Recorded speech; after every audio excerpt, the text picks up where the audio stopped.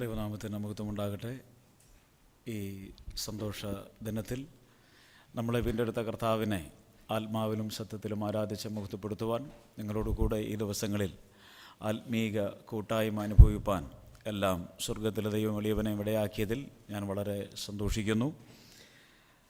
പട്ടം സഭ വളരെ പ്രാർത്ഥനയോടെ ക്രമീകരിച്ച 3 ദിവസത്തെ സുവിശേഷ യോഗങ്ങളിലും അതുപോലെ ഇവിടെ ക്രമീകരിച്ച ബൈബിൾ ക്ലാസ്സിലുമൊക്കെ ദൈവവചനം ശുശ്രൂഷിക്കുവാൻ എനിക്ക് അവസരം നൽകിയ, അതിനുവേണ്ടി ക്ഷണിച്ച ദൈവസഭയോട്, ഉത്തരവാദിത്തപ്പെട്ടവരോട് എൻ്റെ സ്നേഹവും നന്ദിയും അറിയിക്കുന്നു.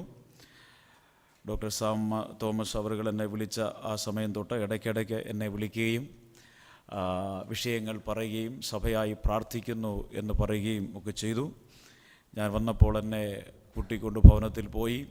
അതേ തുടർന്ന് തമ്പിച്ചായൻ്റെ ഭവനത്തിൽ വസിക്കുവാൻ, നമ്മൾ കഴിഞ്ഞ ദിവസം ചിന്തിച്ചതുപോലെ ദൈവസ്നേഹം നൽകുന്ന സ്നേഹമാണ്.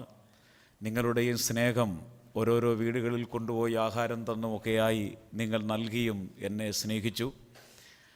ഞാനിങ്ങനെ ഓർക്കാറുണ്ട്, ഞങ്ങളുടെയൊക്കെ ഭവനങ്ങളിലുള്ളവരൊക്കെ നാമധേയ ക്രൈസ്തവരാണ്. അവരുടെയൊക്കെ വീടുകളിൽ പോകുമ്പോൾ നമുക്കൊരു ഹൃദ്യതയില്ല. അവർ നമ്മളെ ഒരു അകലക്കാരനായി കാണും, നമുക്കും അവരോടൊരു ഹൃദ്യതയില്ല. എന്നാൽ വിശ്വാസ കുടുംബങ്ങളിൽ ചെല്ലുമ്പോൾ ഒരു വല്ലാത്ത പ്രതീതിയാണ്. സ്വന്തം മാതാപിതാവിനോട് കൂടെ വസിക്കുന്നത് പോലൊരു ഫീലിംഗ് ആണ് തമ്പിച്ചാനോട് വസിച്ചപ്പോൾ. നിങ്ങളുടെയൊക്കെ ഭവനങ്ങളിൽ വരുമ്പോൾ അങ്ങനെ ഒരു ഹൃദ്യതയാണ്. ഇത് ക്രിസ്തീയ സ്നേഹത്തിൽ മാത്രമുള്ളൊരനുഭവമാണ്. ലോകത്തിൽ വേറെ ഒരു ബന്ധങ്ങൾക്കും ഈ ഊഷ്മളത ലഭ്യമാകിയില്ല. ഈ വലിയ സ്നേഹത്തിലേക്ക് കൊണ്ടുവരുവാൻ ദൈവം കൃപ ചെയ്തതിനായി ഞാൻ ദൈവത്തിനോട് സ്തോത്രം ചെയ്യുന്നു. നിങ്ങളും കർത്താവിൻ്റെ നാമത്തിൽ കാണിച്ച എല്ലാ സ്നേഹാദരങ്ങൾക്കും കർത്താവിൻ്റെ നാമത്തിൽ ഞാൻ സ്നേഹമുള്ളവനാണ്, കടപ്പാടുള്ളവനാണ്. വിശിഷ്യ നിങ്ങളുടെ വിലയേറിയ പ്രാർത്ഥനയിൽ എളിയവനെയും പ്രവർത്തനങ്ങളെയും ഓർത്ത് പ്രാർത്ഥിക്കണം എന്ന് മാത്രം ഒരു വാക്ക് അപേക്ഷിച്ച്, നമ്മൾ ഈ ദിവസങ്ങളിൽ ചിന്തിച്ചു കൊണ്ടിരുന്ന വിഷയത്തിൻ്റെ ചുവട് പിടിച്ച് ചില കാര്യങ്ങളൂടെ ചേർത്ത് പറയുവാൻ കർത്താവിൽ ഞാൻ താല്പര്യപ്പെടുകയാണ്. യെരമ്യാ പ്രവചനത്തിൽ നിന്നുള്ള ചില ആലോചനകളാണല്ലോ ഈ ദിവസങ്ങളിൽ നമ്മൾ ചിന്തിച്ചു കൊണ്ടിരുന്ന, ഇവിടെയുള്ള ബൈബിൾ ക്ലാസ്സിൽ നമ്മൾ ചിന്തിച്ചു കൊണ്ടിരുന്നത്. യെരമ്യാ പ്രവചനത്തിൻ്റെ ഒരു ചരിത്ര പശ്ചാത്തലം നമ്മൾ കാണുകയുണ്ടായി. അതെല്ലാം ഇവിടെ ആവർത്തിച്ചു പറയുവാനുള്ള സാവകാശം ഇന്നില്ലല്ലോ. അതിനുശേഷം യെരമ്യാ പ്രവചനത്തിൻ്റെ 1-2 അധ്യായങ്ങളാണ് പോയ 2 ദിവസങ്ങളിൽ ബൈബിൾ ക്ലാസ്സിൽ നമ്മൾ ചിന്തിക്കുവാനിടയായത്. 1-ാം അധ്യായത്തിൽ യെരമ്യാവിനെ ദൈവം തൻ്റെ വേലയ്ക്ക് വേണ്ടി വിളിക്കുന്നതായി നമ്മൾ വായിക്കുന്നു. മാനസാന്തരത്തിൻ്റെ സന്ദേശം അറിയിക്കുവാൻ, പാപത്തിൻ്റെ വഴിയിലൂടെ ദൈവത്തെ മറന്നുപോകുന്ന ദൈവജനത്തെ അതിൽ നിന്ന് വേർപാടിലേക്കും വിശുദ്ധിയിലേക്കും വിളിക്കുവാനായി ദൈവം യെരമ്യാവിനെ വേലയ്ക്ക് വേണ്ടി വിളിക്കുന്നു.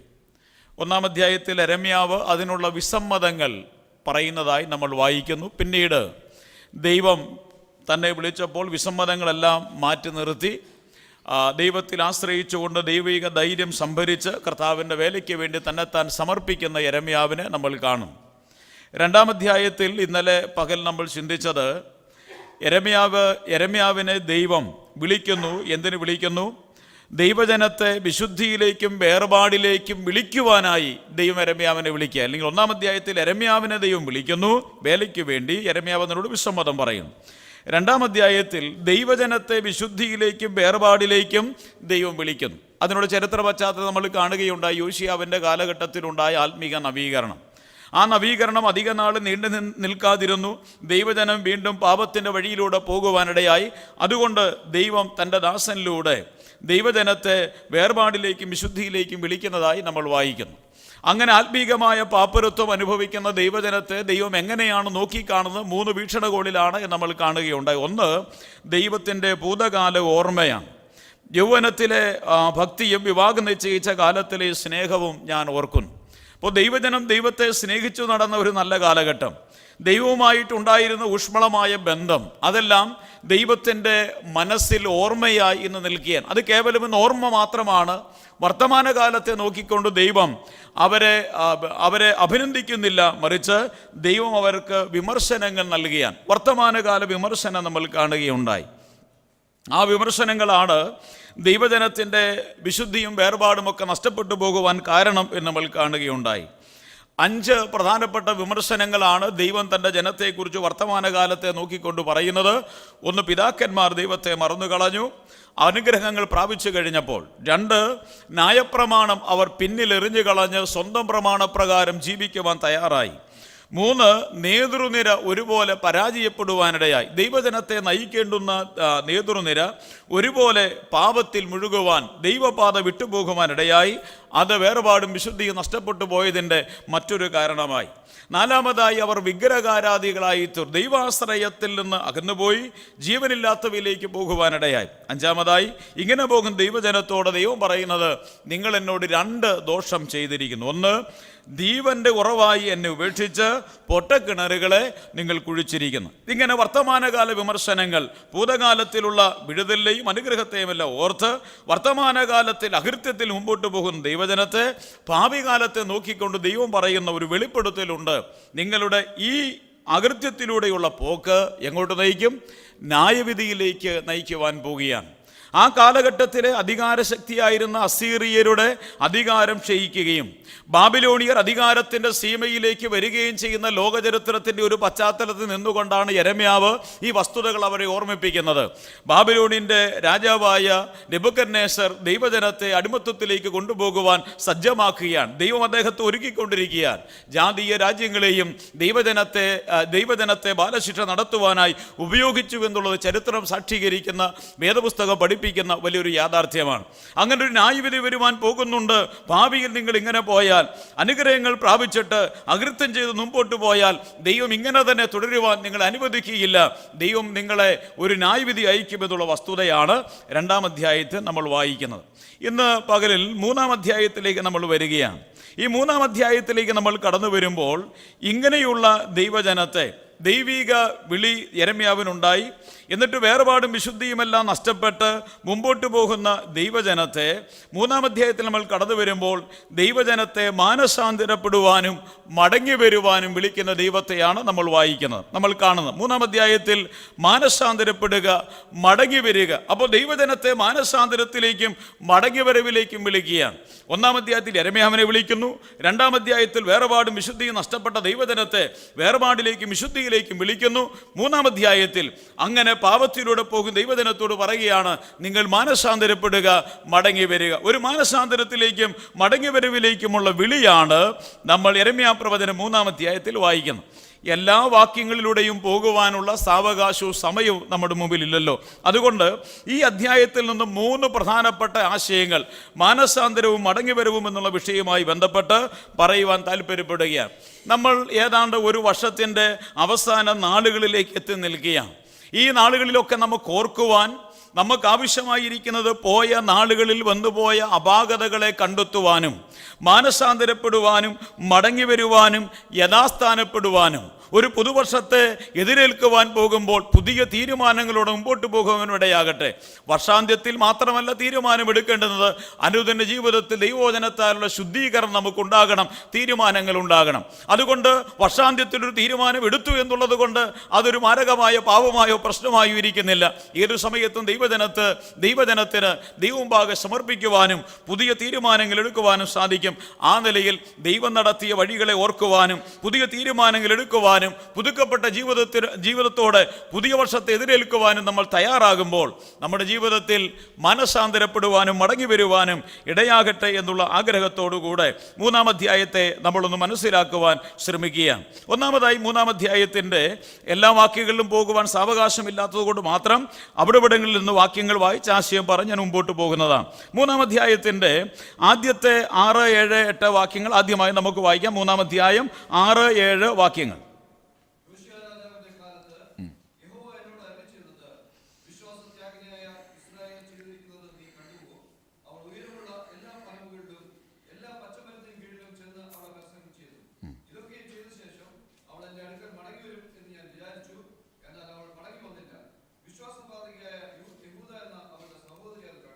കണ്ടു. ഇനിയും 8-ാമത്തെ വാക്യം കൂടെ.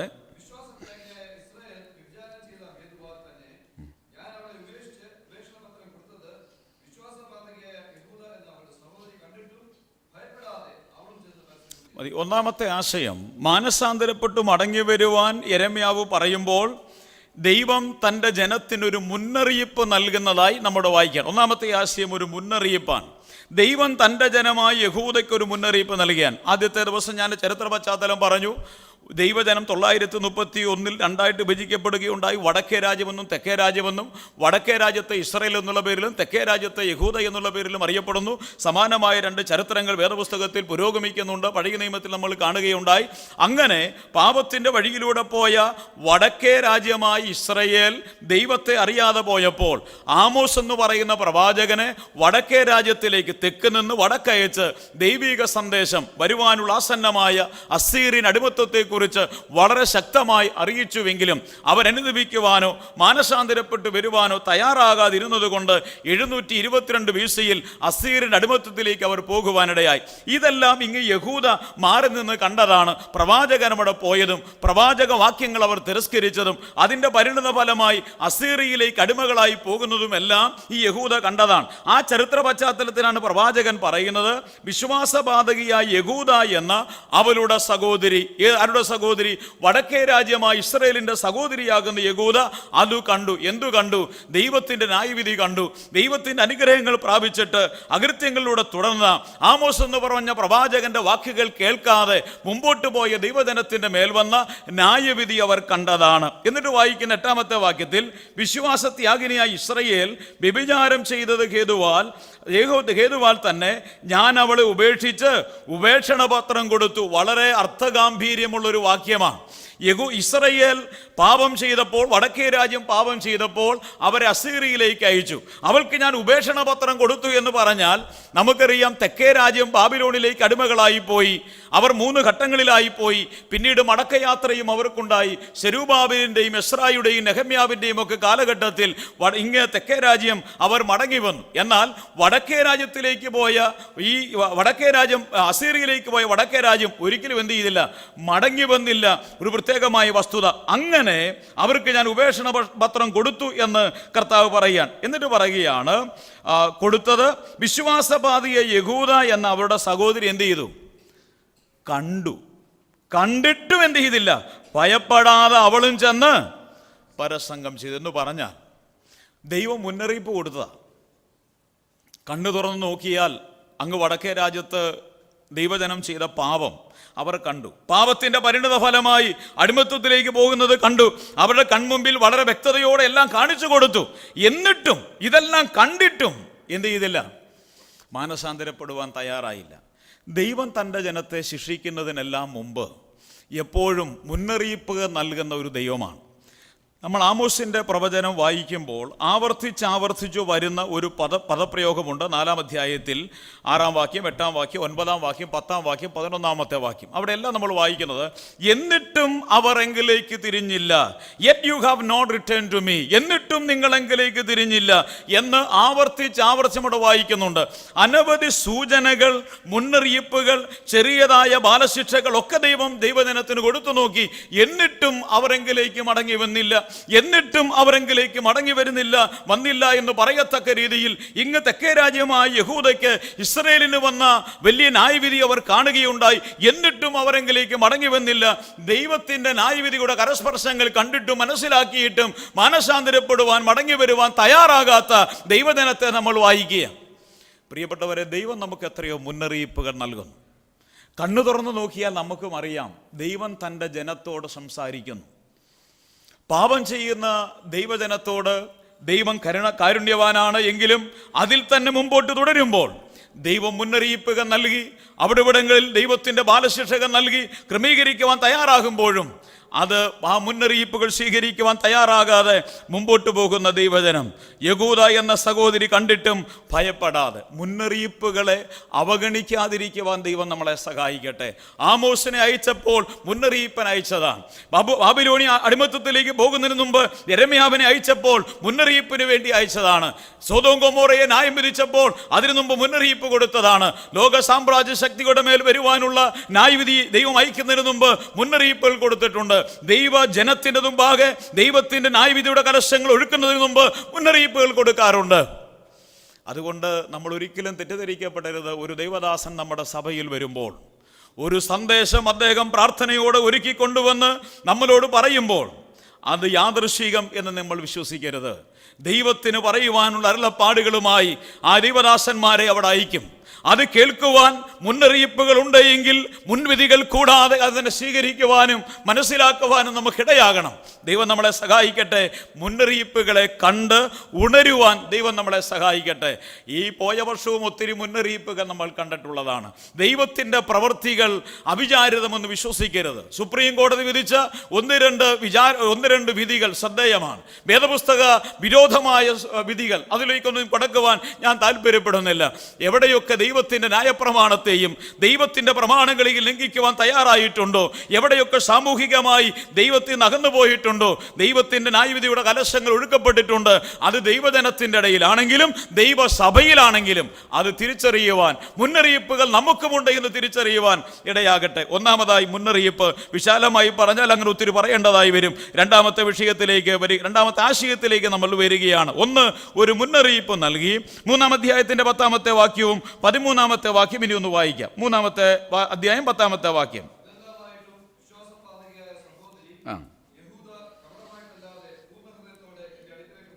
ഇതെല്ലാമായിട്ടും വിശ്വാസവാദിയായ സഹോദരി യഹൂദ കപടമായിട്ടല്ലാതെ പൂർണ്ണഹൃദയത്തോടെ എൻ്റെ അടുക്കലേക്ക് മടങ്ങി വന്നിട്ടില്ല എന്ന് യഹോവയുടെ അരുളപ്പാട്. 2, മാനസാന്തരപ്പെടുക. ഒന്നൊരു മുന്നറിയിപ്പ് നൽകിയിട്ട് ദൈവം പറയുകയാണ് മാനസാന്തരപ്പെടുക. ഇനിയും അതിൻ്റെ 13-ാമത്തെ വാക്യം കൂടെ ഒന്ന് വായിക്കാമോ? 13-ാമത്തെ വാക്യം.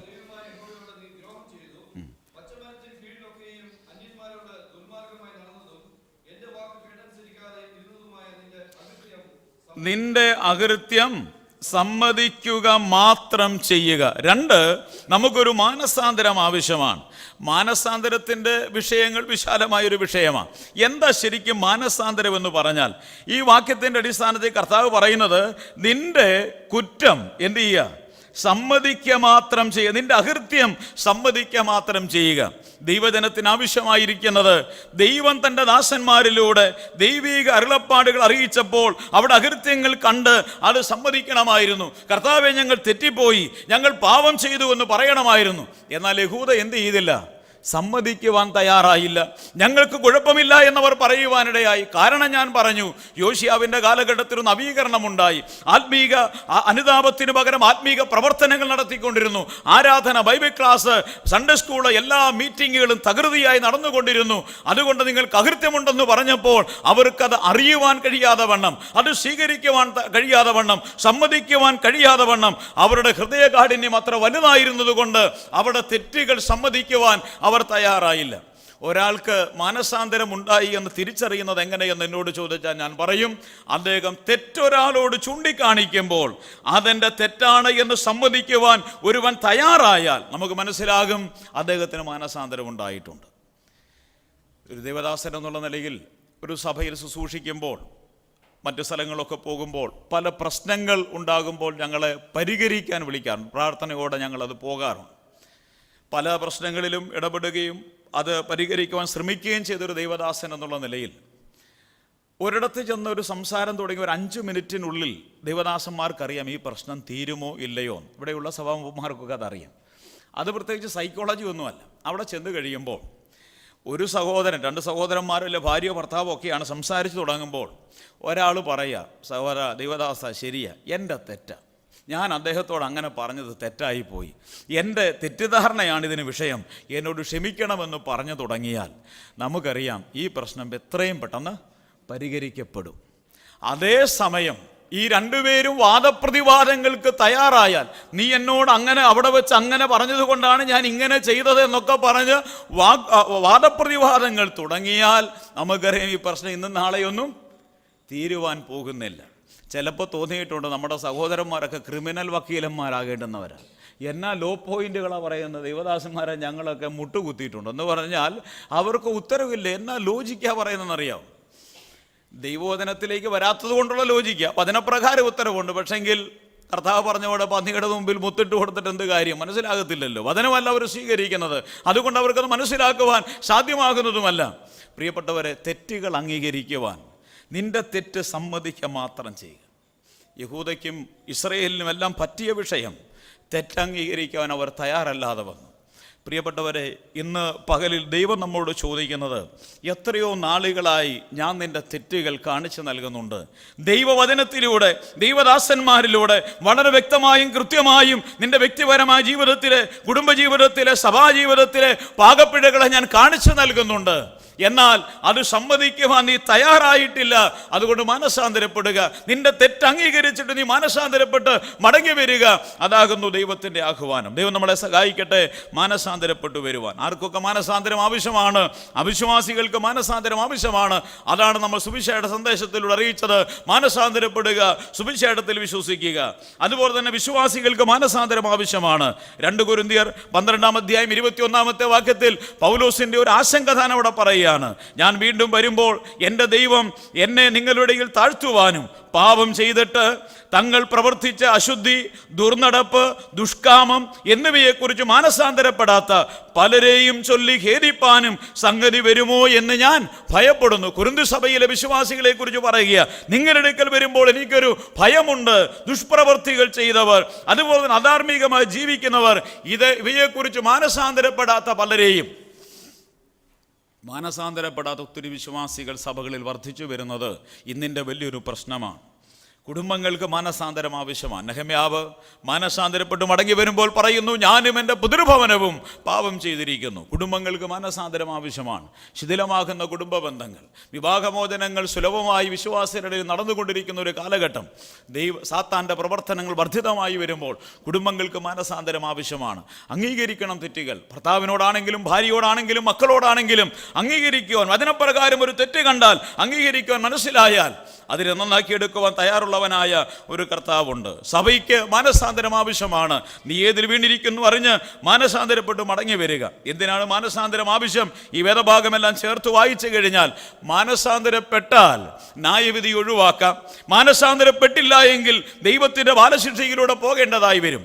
യെരമ്യാവിനെ എല്ലാം ദൈവം അങ്ങോട്ട് അയച്ച ഈ സന്ദേശം അറിയിച്ചത് ദൈവജനത്തെ ശിക്ഷിക്കുവാൻ വേണ്ടി ആയിരുന്നില്ല, ശിക്ഷ ഒഴിവാക്കുവാൻ വേണ്ടിയായിരുന്നു. എന്നാൽ അവർ മാനസാന്തരപ്പെട്ടു വരുവാൻ തയ്യാറായില്ല. ഈ വർഷത്തിൻ്റെ അവസാന നാളുകൾ നമ്മൾ എത്തി നിൽക്കുമ്പോൾ, പുതുവർഷത്തെ വരവേൽക്കുവാൻ പോകുമ്പോൾ, പോയ വർഷം നമ്മുടെ ജീവിതത്തിൽ, വ്യക്തികളിൽ, കുടുംബങ്ങളിൽ, സഭകളിലൊക്കെ വന്ന എത്രയോ കുറവുകൾ ദൈവത്തിൻ്റെ ആത്മാവ് വളരെ വ്യക്തതയോടെ നമ്മളെ ചൂണ്ടിക്കാണിച്ചു. അത് സ്വീകരിക്കുവാൻ, അംഗീകരിക്കുവാൻ നമുക്ക് മനസ്സായിട്ടില്ല എങ്കിൽ ഇന്ന് പകൽ നമുക്കത് സമ്മതിക്കാം. ദൈവത്തിൻ്റെ കരുണയുടെ ഒഴുക്ക് നമ്മുടെ ജീവിതത്തിൽ ഉണ്ടാകട്ടെ. മാനസാന്തരപ്പെടുക. ഇനിയും അതിൻ്റെ 12 വാക്യത്തിൽ മറ്റൊരാശയം മടങ്ങി വരിക എന്നുള്ളതാണ്. മുന്നറിയിപ്പ് നൽകി. മുന്നറിയിപ്പ് കിട്ടിയപ്പോൾ അവർ മാനസാന്തരപ്പെടണം, അംഗീകരിക്കണം. മൂന്നാമതായി അവർ ചെയ്യേണ്ടുന്നത് ഒരു മടങ്ങി വരവ് അവർക്ക് ആവശ്യമാണ് എന്നുള്ളതാണ്. 3-ാം അധ്യായത്തിൻ്റെ 12 വാക്യം.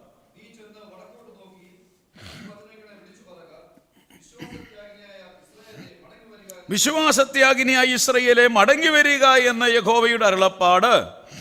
അടുത്ത ഭാഗം കൊണ്ട് വായിച്ചു. ഞാൻ നിങ്ങളോട് കോപം കാണിക്കുകയില്ല, ഞാൻ കരുണയുള്ളവൻ, എന്നേക്കും കോപം സംഗ്രഹിക്കുകയില്ല എന്ന യഹോവയുടെ അരുളപ്പാട്. നമുക്കൊരു മടങ്ങി വരവ് ആവശ്യമാണ്. വിശ്വാസത്യാഗിനിയായ ഇസ്രായേലേ മടങ്ങി വരിക. പ്രിയപ്പെട്ടവർ, നമുക്കൊരു മടങ്ങി വരവ് ആവശ്യമാണ്. ഈ വർഷാന്ത്യത്തിൽ എത്തി നിൽക്കുമ്പോൾ പാപങ്ങളെ കണ്ടുണർന്ന് മുന്നറിയിപ്പുകൾ മനസ്സിലാക്കി മാനസാന്തരപ്പെട്ട് ദൈവത്തിങ്കിലേക്കൊരു മടങ്ങി വരവ് ഈ ദിവസങ്ങൾ നമുക്ക് ആവശ്യമാണ്. മടങ്ങി വരുവാൻ കർത്താവ് ആഹ്വാനം ചെയ്യുമ്പോൾ പറയുന്ന ഒരു പ്രത്യേക പദപ്രയോഗം അവിടെയുണ്ട്. ഞാൻ കരുണയുള്ളവൻ, എന്നേക്കും കോപം. ആൾക്കാർ വിചാരിച്ചിരിക്കുന്നത് ഈ പ്രവചന പുസ്തകങ്ങളൊക്കെ നമ്മൾ വായിക്കുമ്പോൾ അതിശക്തമായ ന്യായവിധിയുടെ സന്ദേശമുണ്ട്. ആ ന്യായവിധിയുടെ സന്ദേശം അറിയിക്കുന്നതെല്ലാം ദൈവത്തെ മുടിച്ചു കളയാനായിട്ടല്ല. നമ്മുടെ ദൈവം ഒരു സാഡിസ്റ്റ് അല്ല. ദൈവമക്കളെ മുഴുവൻ ബാബിലോണിയരുടെ കയ്യിൽ വിട്ട് കശക്കിക്കളയുന്ന, അസീറിയരുവൻ ദൈവജനത്തെ കൊന്നൊടുക്കി ആ രക്തദാഹിയായ ഒരു ദൈവമല്ല നമ്മുടെ ദൈവം. ദൈവം കരുണയുള്ളവനാണ്. ദൈവം ഇതെല്ലാം അറിയിക്കുന്നതിനാ ഞാൻ കരുണയുള്ളവനാ. നീ എത്ര വലിയ പാപം ചെയ്താലും നീ സമ്മതിക്കുക, മാനസാന്തരപ്പെടുക, മടങ്ങി വരിക. ഞാൻ നിന്നെ സ്നേഹിക്കാമെന്ന് പറയുക.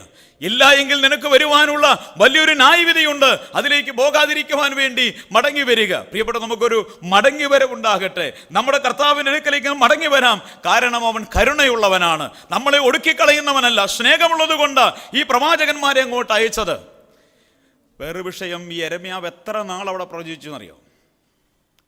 അസീറിയയിലേക്ക് അടയ്ക്കുന്നുണ്ട്. വടക്കേ രാജ്യത്ത് ആമോസ് പോയി കുറേ വർഷങ്ങൾ പ്രവചിച്ചു. അതിനുശേഷമാണ് അസീറിയ അടിമത്തത്തിലേക്ക് പോയത്. ഇങ്ങനെ തെക്കേ രാജ്യമായി യഹൂദയിൽ യെരമ്യാവ് എത്ര വർഷം പ്രവചിച്ചു എന്നറിയാം? യോശിയാവിൻ്റെ വാഴ്ചയുടെ 13-ാം ആണ്ടിൽ തുടങ്ങി യെരമ്യാവ് 1:1. പിന്നീട് ബാബിലോണിയർ ഇസ്രയേലിലേക്ക്, അസീറിയർ ഈ വടക്കേ രാജ്യം ബാബിലോണിലേക്ക് അടിമകളായി പ്രവാസത്തിലേക്ക് പോയതും വരെ എന്ന് പറഞ്ഞാൽ ഏതാണ്ട് 40-ലധികം വർഷങ്ങൾ. ദൈവത്തിന് ദീർഘക്ഷമ എത്ര വലുതായിരുന്നു! 40 വർഷം. ഈ പ്രവാചകൻ അറിയപ്പെടുന്ന വിലാപത്തിൻ്റെ കരഞ്ഞുകൊണ്ട് പറഞ്ഞു, കാലുപിടിച്ച് പറഞ്ഞു, അതിശക്തമായി പറഞ്ഞു, മാനസാന്തരപ്പെടുക, മടങ്ങി വരിക എന്ന് ശക്തമായി പറഞ്ഞു. മാനുഷികമായി ഏതൊക്കെ ഭാഷകളിൽ പറയാമോ ആ ഭാഷകളെല്ലാം ഉപയോഗിച്ച് യെരമ്യാവ് പറഞ്ഞു. ദൈവം യെരമ്യാവിലൂടെ പറഞ്ഞു, മാനസാന്തരപ്പെടുക, മടങ്ങി വരിക. പക്ഷേ ഈ ശബ്ദം അവർ കേട്ടില്ല. എന്തുകൊണ്ടത് കേട്ടില്ല? അതിലും രസം എന്നെ വളരെ ചിന്തിപ്പിച്ചൊരു വിഷയം. 3 ഘട്ടങ്ങളായിട്ടാണ് ഇവരെ കൊണ്ടുപോകുന്നത്. 1-ാമത്തെ കൂട്ടരെ കൊണ്ടുപോയി, 2-ാമത്തെ കൂട്ടരെയും കൊണ്ടുപോയി, 3-ാമത്തെ കൂട്ടരെ ബാബിലോണിലേക്ക് കൊണ്ടുപോകുവാൻ യെരുശലേമിനെ ഉപരോധിച്ചുകൊണ്ട് നെബൂഖദ്നേസറും സംഘവും യെരുശലേമിന്റെ വെളിയിൽ നിൽക്കുക. അപ്പോഴും യെരമ്യാവ് പറഞ്ഞു, മാനസാന്തരപ്പെടുക, മടങ്ങി വരിക. ദൈവജനമേ, ദൈവം കരുണയുള്ളവനാ, ഒന്ന് മടങ്ങി വാ, മാനസാന്തരപ്പെടുക. അപ്പോഴും അവരെന്ത് ചെയ്തില്ല? അപ്പോഴും അവർ കേട്ടു. ആരുടെ വചനമാണെന്നറിയാവോ? കള്ളപ്രവാചകന്മാർ പറഞ്ഞു, ചുമ്മാതാ, നിങ്ങളുടെ ദൈവം 70 വർഷം, നമ്മുടെ ദൈവം കരുണയുള്ളവൻ, ഇനിയിപ്പോൾ അങ്ങോട്ട് കൊണ്ടുപോയാൽ തന്നെ ഉടനെ ഇങ്ങോട്ട് കൊണ്ടുവരും, 70 വർഷത്തെ പ്രവാസമൊന്നും ഉണ്ടാകിയില്ല. അപ്പോൾ കള്ളപ്രവാചകന്മാരുടെ വാക്കുകൾ അവർ കേൾക്കുവാനിടയായി. എന്തുകൊണ്ടാണ് അങ്ങനെ സംഭവിച്ചത്? അവരുടെ ഹൃദയ കാഠിന്യം. അങ്ങനൊരവസ്ഥയിൽ എത്തിക്കഴിഞ്ഞാൽ ഇറ്റ് ഈസ് ബിയോണ്ട് റിപ്പയർ. ദൈവജനത്തിന് ഈ ദിവസങ്ങളിൽ സംഭവിച്ചിരിക്കുന്ന മാരകമായ വിഷയമാണത്. ഭയത്തോടുകൂടെ ഞാനത് ഓർമ്മിപ്പിക്കട്ടെ. ഞാൻ തൃശ്ശൂർ അടിക്കടി പോകുന്ന ആളാണ്. ഞങ്ങളുടെ അവിടെയൊക്കെ ഈ ക്രിസ്മസിനോ ഒക്കെ ഈ ഡ്രം സെറ്റുമായിട്ട് കരോളുകാർ വരുമ്പോഴോ പടക്കമൊക്കെ പൊട്ടിക്കുമ്പോൾ നായക്കുട്ടികൾ, പട്ടികളുണ്ടെങ്കിൽ ഞങ്ങളുടെയൊക്കെ ദേശത്തുള്ള പട്ടികൾ ചങ്ങല പൊട്ടിച്ച് ഓടുവാൻ ശ്രമിക്കും. ഞാൻ തൃശ്ശൂർ പോകുമ്പോൾ അവിടെയുള്ള പട്ടികൾ കൊട്ടും കുരവയും ഒന്നും കേട്ടാൽ ചങ്ങല പൊട്ടിക്കാറോ കുരയ്ക്കാറോ പോലുമില്ല. കാരണം എന്നറിയാമോ? അവിടെ സ്ഥിരം പൂരവാണ്, അവിടെ ഒന്നും പൊട്ടീര. അവിടെ എപ്പോൾ ചെന്നാലും തൃശ്ശൂർ ആൾക്കാർ കൂടെ ഉണ്ട്. അവിടെ ചെന്ന് കഴിഞ്ഞാൽ എന്നും ഈ വലിയ പടക്കം പൊട്ടിരി. ഇപ്പം വിധി ഉണ്ടായതുകൊണ്ട് കുറച്ചൊക്കെ കുറഞ്ഞിട്ടുണ്ടെന്ന് തോന്നുന്നു. ഇല്ലെങ്കിൽ ഇതെന്നും കേട്ട് ഇതിന് ഡയഫ്രം അടിച്ചു പോയിരിക്കുക. ഈ ഒച്ചയില്ലാഞ്ഞിട്ടല്ല, ഒച്ചയുന്നുമുണ്ട്, പക്ഷേ അത് കേൾക്കുവാൻ കഴിയാത്ത ഒരവസ്ഥയിലേക്ക് എത്തിത്തീർന്നിരിക്കുക. കുറേ നാൾ നമ്മൾ രക്ഷിക്കപ്പെട്ട് വരുന്നതിന് മുമ്പേ, രക്ഷിക്കപ്പെട്ടു വന്ന ആ നാളുകളിൽ ഒരു സഹോദരൻ എന്തെങ്കിലും ഒരു പ്രയാസമുണ്ടെന്ന് തോന്നിയാൽ എന്ത് ചെയ്യുമായിരുന്നു? ഉറക്കം വരത്തില്ല, കട്ടിലേക്ക് കിടന്നാൽ അങ്ങോട്ടും ഇങ്ങോട്ടും. ഞാനൊക്കെ രാത്രി 12:30 എഴുന്നേറ്റ് 3 കിലോമീറ്റർ നടന്നു പോയിട്ട് സഹോദര സഭ കൈ തരാതെ പോയി. എനിക്ക് തോന്നുന്നു എന്തോ പ്രയാസമുണ്ട്, വിശ്വാസം തന്നെ. എനിക്ക് ഉറക്കം വന്നില്ല. രാത്രി ഉയരത്തിൻ്റെ വീട്ടിൽ 1:30 ആയപ്പോൾ നടന്നു കയറി. വണ്ടിയൊന്നുമില്ല, ബൈക്കൊന്നുമില്ല, അന്നത്തെ കാലഘട്ടം. അവിടെ ചെന്നു, സഹോദരൻ എന്തോ ചെറിയൊരു മാനസിക ഒരു പിരിമുറുക്കം. അന്ന് രാത്രി പ്രാർത്ഥിച്ച് കെട്ടിപ്പിടിച്ച് പ്രാർത്ഥിച്ച് വീട്ടിൽ 2:30 ആയിട്ട് വന്ന് കിടന്നപ്പോൾ ഉറക്കം വന്നു. നമുക്ക് ഇവിടെയുള്ള ആദ്യകാലത്ത് വിശ്വാസം എന്ന് പറഞ്ഞാൽ ഇന്ന് 2 എണ്ണത്തിൻ്റെ ഹൃദയത്തെ മുറിച്ചില്ലെങ്കിൽ ഒരു ഉറക്കം. എന്നാൽ ആത്മാവില്ലേ? ആത്മാവുണ്ട്, പക്ഷെങ്കിൽ നമുക്ക് ഹൃദയകാഠിന്യം സംഭവിച്ചിരിക്കുക. നമുക്ക് ദൈവശബ്ദം കേൾക്കുവാൻ പറ്റാതെ വണ്ണം നമ്മുടെ ഹൃദയം കഠിനമായിരിക്കുക. അങ്ങൊരവസ്ഥയിലെത്തിയാൽ ഇസ്രായേൽ മക്കൾ, നിങ്ങൾ ഒന്ന് ആ ചരിത്രത്തിൽ നിന്ന് ചിന്തിക്കണം. ദൈവത്തിൻ്റെ ന്യായവിധി അറിഞ്ഞു, 1-2 കൂട്ടരെ കൊണ്ടുപോയി, അനേകർ വിധവമാരായി, അനേകർ മക്കൾ അനാഥരായി തീർന്നു. ദൈവത്തിൻ്റെ ശക്തമായ ന്യായവിധി ബാബിലോണിലൂടെ കണ്ടതാ. എന്നിട്ടും യെരമ്യാവ് പറയുക, മാനസാന്തരപ്പെടും, മടങ്ങി വരുക. ദൈവം ഇവിടെ പറയാം, ദൈവം കരുണയുള്ളവനല്ലോ. എന്നിട്ടും അത് മനസ്സിലാക്കുക. 40 വർഷം കേട്ടിട്ട്, ന്യായവിധി കണ്ടിട്ടും, മുന്നറിയിപ്പ് കണ്ടിട്ടും മാനസാന്തരപ്പെടുവാൻ കഴിയാതെ വണ്ണം അവരുടെ ഹൃദയം കഠിനപ്പെട്ടു. ഡോക്ടർമാർക്ക് ഇരിപ്പുണ്ടല്ലോ, ഒരു മനുഷ്യനെ ആശുപത്രിയിൽ കൊണ്ടുപോയി കഴിഞ്ഞാൽ ഡോക്ടർമാർ സാധാരണ പറയുന്ന ഭാഷയാണ്, മരുന്നിനോട് പ്രതികരിക്കുന്നില്ല, പ്രാർത്ഥിക്കുക എന്ന് പറഞ്ഞാൽ മരുന്നിനോട് പ്രതികരിച്ചില്ല, വലിയ വിഷയമാണ്. ചിലർ കുഴപ്പമില്ല, മരുന്നിനോട് പ്രതികരിച്ചു തുടങ്ങിയാൽ ആശയ്ക്ക് വകുപ്പുണ്ട്. ദൈവവചനത്തോട് പ്രതികരിക്കുവാൻ നമുക്ക് തയ്യാറാകുന്ന പാകമാകുന്ന ഒരു ഹൃദയമുണ്ടെങ്കിൽ ആശാവകമായത് ചിലത് നമുക്കുണ്ട്. ദൈവവചനം കേട്ടിട്ട് അതിനോട് പ്രതികരിക്കുവാൻ കഴിയാതെ വണ്ണം നമ്മുടെ ഹൃദയം കഠിനമായി പോയിട്ടുണ്ടെങ്കിൽ മാനസാന്തരത്തിലേക്ക് പുതുക്കുവാൻ അസാധ്യമെന്ന് പറയുന്ന അനുഭവത്തിലേക്ക് വന്നു കഴിഞ്ഞാൽ ഇറ്റ്സ് ബിയോണ്ട് റിപ്പയർ. പല വിശ്വാസികൾ അങ്ങനെ തലത്തിലെത്തി നിൽക്കുകയാണ് ഹൃദയകാഠിന്യ നിമിത്തം. പ്രിയപ്പെട്ടവരെ, ദൈവത്തിൻ്റെ കരുണയിലേക്ക് നമുക്ക് കടന്നു വരുവാനിടയാകട്ടെ. കർത്താവ് പറയുന്നത് ഇങ്ങനെയാണ്, നീ മാനസാന്തരപ്പെടുക, ഞാൻ കരുണയോട് നിന്നെ ന്യായം വിധിക്കുവാനായിട്ടല്ല, എനിക്കത് കാണുവാൻ മേല. എൻ്റെ മക്കളെ ശിക്ഷിക്കുന്നത്, അവർ വേദനപ്പെടുന്നത് എനിക്ക് കാണുവാൻ കഴിയുകയില്ല, ഞാൻ കരുണയുള്ളവനാണ്. യോനയെ ദൈവം നിനവയിലേക്ക് അയക്കുകയാണ്. നിനവയിലേക്ക് പോകാൻ പറഞ്ഞപ്പോൾ അദ്ദേഹം തർശീശിലേക്ക് പോയി. പോകാതിൻ്റെ കാരണം എന്നാണെന്നറിയോ? 4-ാം അധ്യായത്തിൽ പറയുന്നുണ്ട്, എനിക്കറിയാം നീ എങ്ങനെയുള്ളവനാ, കരുണയുള്ളവനാ. നീ കരുണയുള്ളവനാന്ന് എനിക്കറിയാം. കാരണം നിനവെ അസീര്യയുടെ തലസ്ഥാനമാണ്. ഈ കിരാതന്മാരാണ്, ക്രൂരന്മാരാണ്. അവിടുത്തെ രാജാക്കന്മാർ ആൾക്കാരെ ജീവനോട് അടിമകളായി പിടിച്ചു കൊണ്ടുപോയി അവിടെ പൂന്തോട്ടങ്ങളിൽ കോൺക്രീറ്റ് കുറ്റിമേൽ കെട്ടി തീ കത്തിച്ച് ആസ്വദിക്കുന്നതായ സാഡിസ്റ്റുകളായ ഭരണാധികന്മാർ അസീറിയയിൽ ഉണ്ടായിരുന്നു. ഇവന്മാരൊന്ന് രക്ഷിക്കപ്പെടണമെന്ന് ഇദ്ദേഹം യോന ആഗ്രഹിച്ചാൽ അതുകൊണ്ടാ പോകാൻ. എന്നിട്ട് യോന അങ്ങനെ തന്നെ, ഇതുകൊണ്ടാകുന്ന കർത്താവെ ഞാൻ അവിടെ ആയിരുന്നു പറഞ്ഞത്, ഞാൻ ഇങ്ങോട്ട് വരികയില്ല, കാരണം നീ ദീർഘക്ഷമയുള്ളവനാ. ഇവന്മാർ മാനസാന്തരപ്പെട്ട നീ കരുണ കാണിക്കും, എനിക്കത് വേണ്ട. യോനയെക്കുറിച്ച് വായിക്കാൻ ഞാൻ വായിച്ചൊരു പുസ്തകത്തിൽ ഒരു എഴുത്തുകാരൻ പറഞ്ഞ പ്രോഡിക്കൽ പ്രീച്ചർ, മുടിയൻ പ്രസംഗകൻ. പ്രസംഗം കഴിഞ്ഞിട്ട് ചുരച്ചിട്ട് കൊണ്ട് കാത്തിരിക്കുക, ഇടുത്തി വീഴണേ മാടം മേലെന്ന്. നമ്മളെ കർത്താവ് ഒരുവനെങ്കിലും രക്ഷിക്കപ്പെടണം നമ്മുടെ ആഗ്രഹം. ഇദ്ദേഹം നല്ല സുന്ദരം പ്രസംഗം പറഞ്ഞിട്ട് ന്യായവിധി വരാൻ കാത്തിരിക്കുക. അദ്ദേഹത്തെ കുറ്റം പറയാൻ പറ്റത്തില്ല. ചരിത്രമൊക്കെ ഒന്ന് പരിശോധിച്ച് കഴിഞ്ഞാൽ അതിനകത്ത് നമ്മളൊക്കെയാണ് അങ്ങനെ ചിന്തിച്ച് പോകാൻ സാധ്യതയുണ്ട്. അത്ര കിരാതന്മാരാണ് ഈ അസീറിയർ. അസീറിയർ മാനസാന്തരപ്പെട്ടപ്പോൾ ദൈവം എന്ത് ചെയ്തു? ക്ഷമിച്ചു. അങ്ങനെയാണ് തൻ്റെ ജനം മാനസാന്തരപ്പെട്ടവൻ ദൈവം ക്ഷമിക്കുകയില്ലായിരുന്നു.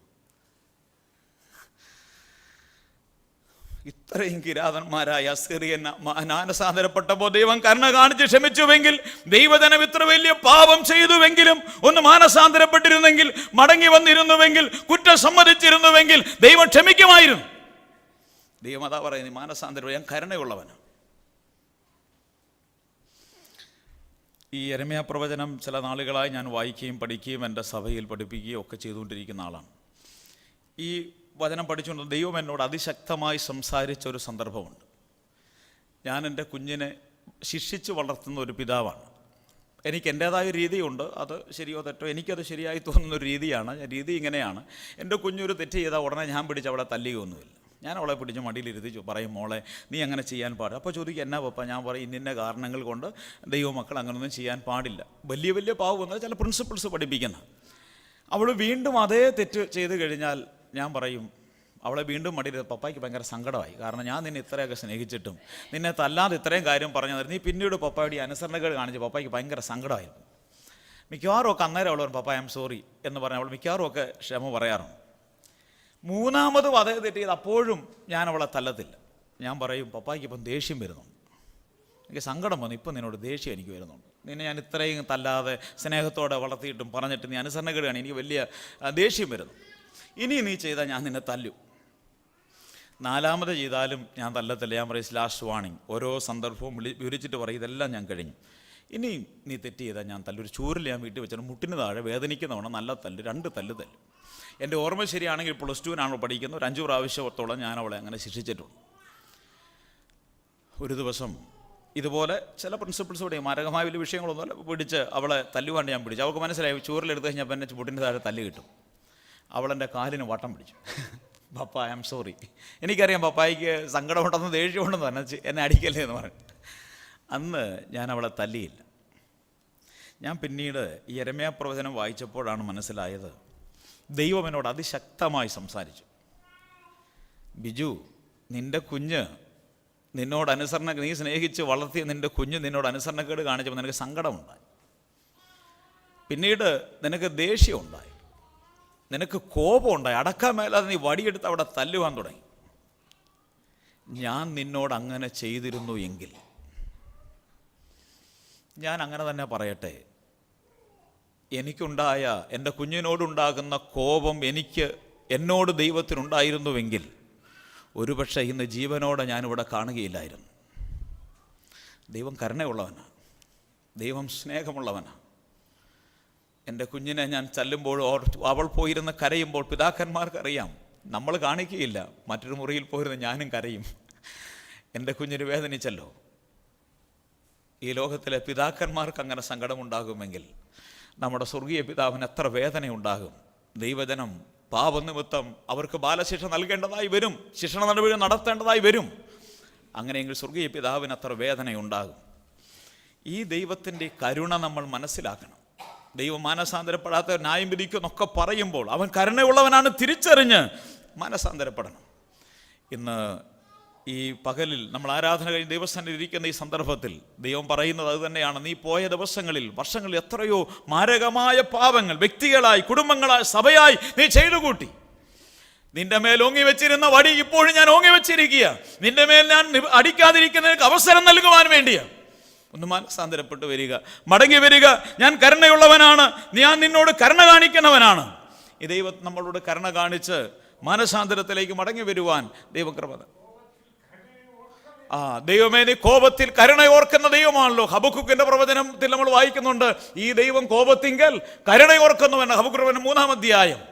അവിടെയും നമുക്കറിയാം ദൈവത്തിൻ്റെ ന്യായവിധി അവിടെ വന്നതിന് ശേഷം ആ പ്രവാചകൻ ദൈവജനത്തിന് മേൽ ന്യായവിധി എല്ലാം ഓർത്തിട്ട് പറയാം, ദൈവമേ നീ കോപത്തിങ്കൽ കരുണ ഓർക്കുന്നവനല്ലോ. ആ ദൈവം കോപത്തിങ്കിലും കരുണ ഓർത്തു. 70 വർഷം കഴിഞ്ഞപ്പോഴാണെങ്കിലും മാനസാന്തരപ്പെട്ട് മടങ്ങി വന്നപ്പോൾ ഒടുക്കിക്കളയാതെ അവരെ വീണ്ടും എന്ത് ചെയ്തു? മടക്കിക്കൊണ്ടുവന്ന കോപത്തിങ്കൽ കരുണ ഓർക്കുന്നവനായൊരു കർത്താവ്. ഇന്ന് പകൽ ഈ കരുണ നമുക്കറിയണം, ദൈവസ്നേഹം നമ്മൾ അറിയണം, ഈ ദൈവത്തെ നമ്മൾ അറിയേണ്ടുന്ന പോലെ അറിയണം. അപ്പോഴാണ് നമുക്ക് ഈ പിതാവിൻ്റെ സന്നിധിയിലേക്ക് മടങ്ങി വരുവാനിടയാകുന്നത്. ഇന്ന് പകൽ ദൈവം നമ്മളെ സഹായിക്കട്ടെ. മാനസാന്തരപ്പെടുക, മടങ്ങി വരിക. 3-ാം അധ്യായത്തിൻ്റെ 22-ാമത്തെ വാക്യം. 4-ാമത്തെ ആശയത്തിലേക്ക് വരികയാണ്. 3-ാം അധ്യായം 22-ാമത്തെ വാക്യം.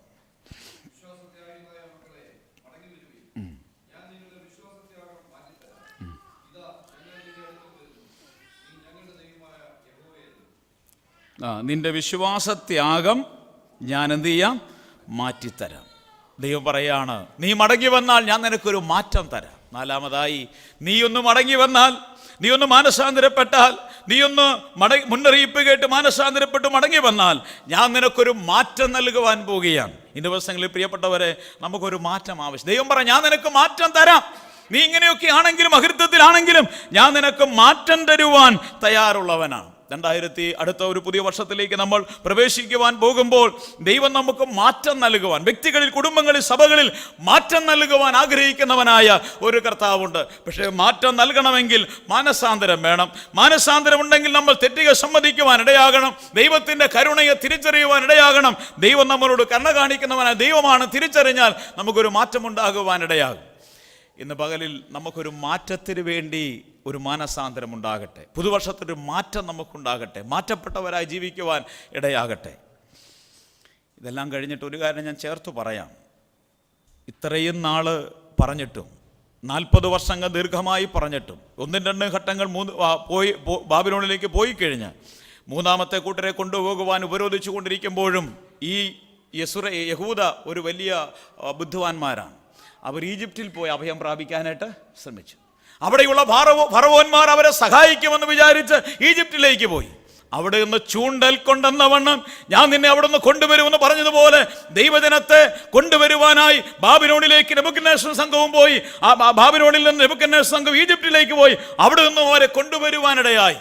പ്രിയപ്പെട്ട ഒരു കാര്യം ഞാൻ പറയട്ടെ, പാപം ചെയ്തിട്ട് ഏത് ലോകത്തിന്റെ കോണിൽ പോയി ഒളിച്ചാലും, മാനസാന്തരപ്പെടാതെ പോയാലും അവിടെ നമ്മളെ വിളിച്ചു വരുത്തുന്നവനായ ഒരു ദൈവമുണ്ട്. ദൈവജനം സ്വന്തത്തിൽ ആശ്രയിക്കുവാൻ, മറ്റു രാജ്യങ്ങളിൽ ആശ്രയിക്കുവാൻ, അവരുടെ സമ്പത്തിൽ ആശ്രയിക്കുവാൻ എല്ലാം തയ്യാറായി. മനുഷ്യൻ കൂട്ടിവച്ചിരിക്കുന്നൊന്നും അവനെ സഹായിക്കുവാൻ സാധിക്കുകയില്ല എന്ന് ദൈവം വെളിപ്പെടുത്തുവാനിടയായി. മാനസാന്തരപ്പെട്ട് ദൈവത്തിന്റെ കരങ്ങളിലേക്ക് വീണാൽ അവൻ അനുഗ്രഹമുണ്ടാകും. നമ്മൾ ദൈവത്തെങ്കിലേക്ക് മടങ്ങി വന്നില്ല എങ്കിൽ നമ്മുടെ ആരുടെ കയ്യിലാണ് വീഴുന്നതെന്നറിയാമോ? ദാവീദ് പാപം ചെയ്തിട്ട് ജനത്തെ എണ്ണിയ ശേഷം പാപം ചെയ്യുന്നു. എന്നിട്ട് ദാവീദിനോട് ചോദിക്കുക, നിനക്ക് എന്ത് ന്യായവിധി വേണം? 3 ഓപ്ഷൻസൊക്കെ പറയുന്നത്. അതിൻ്റെ ഒരു കാര്യം ദാവീദ് പറയുന്നത് ഇങ്ങനെയാണ്, നാം യഹോവയുടെ കയ്യിൽ തന്നെ വീഴുക, അവൻ്റെ കരുണ വലിയതല്ലോ. യഹോവയുടെ കയ്യിൽ ഞാൻ വീഴുക. ഞാൻ യഹോവയുടെ കയ്യിൽ വീണില്ലെങ്കിൽ അയൽ രാജ്യത്ത് പോകേണ്ടതായി വരും, ശത്രുവിന്റെ കരങ്ങളിൽ പോകേണ്ടതായി വരും. അവർ കരുണയുടെ കണിക പോലും കാണിക്കുകയില്ല, എന്നെ ഒടുക്കം ചെയ്യും. എന്നാൽ യഹോവ കരുണയുള്ളവനാ, അവന്റെ കയ്യിൽ തന്നെ നാം വീഴുക. പ്രിയപ്പെട്ടവരെ, നമ്മൾ മാനസാന്തരപ്പെട്ടില്ല എങ്കിൽ ശത്രുവിൻ്റെ കരങ്ങളിൽ വീഴും. അവൻ പിന്നെ കരുണ കാണിക്കത്തില്ല.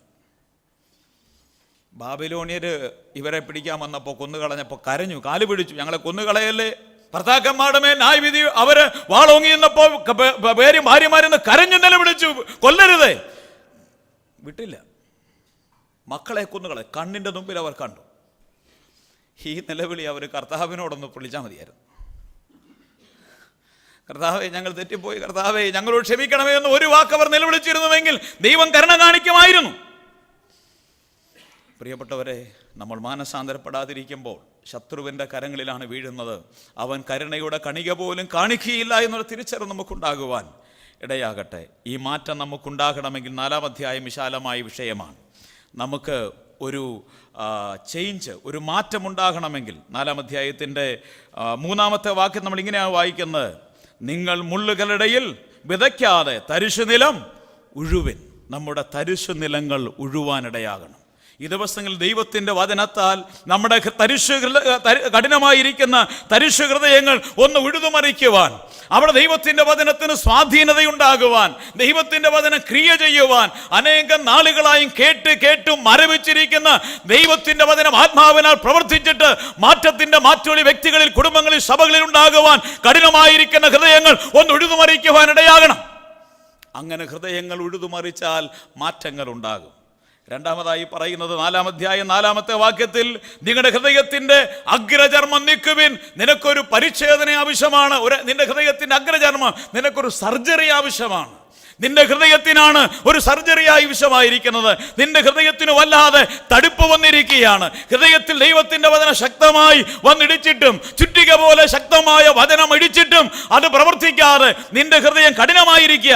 അതുകൊണ്ട് നിനക്കൊരു ഹൃദയ പരിച്ഛേദന, ഹൃദയത്തിന്റെ ഒരു സർജറി നിനക്ക് ആവശ്യമാണ്. ഹൃദയത്തിന് സർജറി ഇല്ലാതെ, ഹൃദയത്തിനൊരു പരിച്ഛേദന നടക്കാതെ മാറ്റമുണ്ടാകുവാനായിട്ട് പോകുന്നില്ല. പിന്നീട് പറയുകയാണ് 5-ാമത്തെ വാക്യത്തിൽ: കാഹളനാദം കേൾക്കുക. ശത്രുവിന്റെ സൈന്യം വരുമ്പോൾ യഹൂദയിൽ കാഹളനാദം ഉയർത്താറുണ്ട്. ശത്രുപാളയം വന്നുകൊണ്ടിരിക്കുകയാണ്. ദൈവജനമേ, കാഹള ശബ്ദം കേൾക്കുവാൻ കാലമായിരിക്കും. കർത്താവിന്റെ കാഹള ശബ്ദം മാത്രമല്ല, പാപം ചെയ്യും ദൈവജനത്തോട് ന്യായവിധിയുടെ സന്ദേശം അറിയിക്കുന്നതിന് മുമ്പ് അയൽ രാജ്യങ്ങളിൽ നിന്ന് ശത്രു സൈന്യത്തിന്റെ പുറപ്പെട്ടു കഴിയുമ്പോൾ പാളയത്തിൽ കാഹളമൂതും. ശത്രു സൈന്യം വരാറായി, ന്യായവിധിയുടെ കാഹളമൂതാറായി. കാഹള ശബ്ദങ്ങൾ കേൾക്കണം. മുന്നറിയിപ്പ് കേട്ട് മാനസാന്തരപ്പെട്ട് മടങ്ങി വരുന്നില്ല എങ്കിൽ ദൈവത്തിന്റെ ന്യായവിധിയുണ്ട് എന്നുള്ള തിരിച്ചറിവോടുകൂടെ കാഹള ശബ്ദം കേൾക്കണം. എന്നിട്ട് 14-ാമത്തെ വാക്യത്തിൽ വഴിയാണ്: നിന്റെ ഹൃദയത്തിന്റെ ദുഷ്ടത കഴുകിക്കളയുക. 14-ാമത്തെ വാക്യത്തിൽ വായിക്കുക: നിന്റെ ഹൃദയത്തിന്റെ ദുഷ്ടത കഴുകിക്കള. നിനക്കൊരു കുളി ആവശ്യമാണ്, കഴുകി ശുദ്ധീകരണം ആവശ്യമാണ്. എഫെസ്യരിൽ വായിക്കുന്ന പോലെ ദൈവം കർത്താവ് തന്റെ സഭയെ വചനത്തോടുകൂടി ജലസ്നാനത്താൽ കഴുകി ശുദ്ധീകരിക്കുന്നു പറയുന്ന പോലെ ദൈവവചനം കേട്ടിട്ട് ഒരു കുളി നമുക്ക് ആവശ്യമാണ്, ഒരു കഴുകൽ ആവശ്യമാണ്. അനേക നാളുകളായി കേട്ട് തഴമ്പിച്ചിരിക്കുന്ന വചനങ്ങൾ, ഈ വചനത്താൽ എന്നെ ഒന്ന് കഴുകി ശുദ്ധീകരിക്കണമേ എന്ന് പറഞ്ഞാൽ ദൈവത്തിന്റെ ശുദ്ധീകരണം നമ്മുടെ മേലുണ്ടാകുവാനിടയാകും. 22-ാമത്തെ വാക്യത്തിൽ: ബുദ്ധിയുള്ള മക്കളായി ഞങ്ങളെ തീർക്കണമേ. അങ്ങനെ ഉണ്ട് എങ്കിൽ നമുക്കൊരു മാറ്റം ഉണ്ടാകുവാനിടയാകും. ഇതെല്ലാം വിശാലമായി വിവരിക്കേണ്ടുന്ന വിഷയം അത്രയും പറഞ്ഞ് ഞാൻ അവസാനിപ്പിക്കുക. അങ്ങനെ ഉണ്ടെങ്കിൽ നമുക്കൊരു മാറ്റമുണ്ടാകും. പുതുവർഷത്തിലേക്ക് നമ്മൾ പ്രവേശിക്കുവാൻ പോകുമ്പോൾ മാറ്റം നമുക്കുണ്ടാകട്ടെ. ഈ സന്ദേശം നമ്മൾ അനേക നാളുകളായി കേട്ടിട്ടും രഹസ്യവും പരസ്യവുമായ പാപങ്ങൾ വ്യക്തി, കുടുംബ, സഭാ ജീവിതങ്ങളിൽ വെച്ച് പുലർത്തിയിട്ടും അനുതാപത്തിനു പകരം ആത്മീക പ്രവർത്തനങ്ങളെല്ലാം നടത്തി മുമ്പോട്ട് പോകുമ്പോൾ പഴയ നിയമത്തിൽ മാത്രമല്ല പുതിയ നിയമത്തിലും ഈ പ്രമാണങ്ങൾ ബാധകമാണ്. അകൃത്യങ്ങൾ ചെയ്ത് 1 കൊരിന്ത്യർ 10-ാം അധ്യായം അനുഗ്രഹങ്ങൾ പ്രാപിച്ചിട്ട് അകൃത്യങ്ങൾ ചെയ്ത് ദൈവജനം 11-ാം അധ്യായത്തിൽ ആരാധനയ്ക്കായി കടന്നു വരികയാണ്. അനുതാപം കൂടാതെ ആരാധനയ്ക്കായി കടന്നു വരികയാണ്. 11-ാം അധ്യായത്തിൽ പറയുന്ന: ഇത് ഹേതുവായി നിങ്ങളിൽ പലരും ബലഹീനരും രോഗികളും അനേകരും നിദ്ര കൊള്ളുന്നു. പുതിയ നിയമത്തിലെ പ്രമാണങ്ങൾ തന്നെയാണ്. മരണത്തിലേക്ക് നയിക്കുന്ന പാപമുണ്ട്. 1 യോഹന്നാൻ 5-ാം അധ്യായം 16-17 വാക്യങ്ങൾ. കൊരിന്ത്യർ ലേഖനം 5-ാം അധ്യായം 5-ാമത്തെ വാക്യം അധർമ്മം ചെയ്ത ഒരുവനെ കുറിച്ച് പൗലോസ് പറയുന്നത് ഇങ്ങനെയാണ്: ജഡസംഹാരത്തിനായി അവനെ സാത്താൻ ഏൽപ്പിച്ചു കൊടുക്കുക, ക്രിസ്തുവിന്റെ നാളിൽ അവന്റെ ആത്മാവ് രക്ഷിക്കപ്പെടും. ഇതെല്ലാം പുതിയ നിയമ പ്രമാണങ്ങൾ തന്നെ, പഴയ നിയമത്തിൽ മാത്രമല്ല. പ്രിയപ്പെട്ടവരെ, നമ്മൾ ആരാധനയ്ക്കായി കൂടി വന്നു. എങ്ങനെ നമ്മൾ കൂടി വന്നു എന്ന് ചിന്തിക്കുവാൻ ദൈവം നമ്മളെ സഹായിക്കട്ടെ. അനുഗ്രഹങ്ങൾ പ്രാപിച്ചിട്ട്, അകൃത്യങ്ങൾ ചെയ്തിട്ട്, തന്നെത്താൻ ശോധന ചെയ്യാതെ, അനുതപിക്കാതെ, കർത്താവിൻ്റെ മരണത്തെയും പുനരുത്ഥാനത്തെയും മാത്രമല്ല ഈ കർത്തൃമേശ പ്രഖ്യാപിക്കുന്നത്.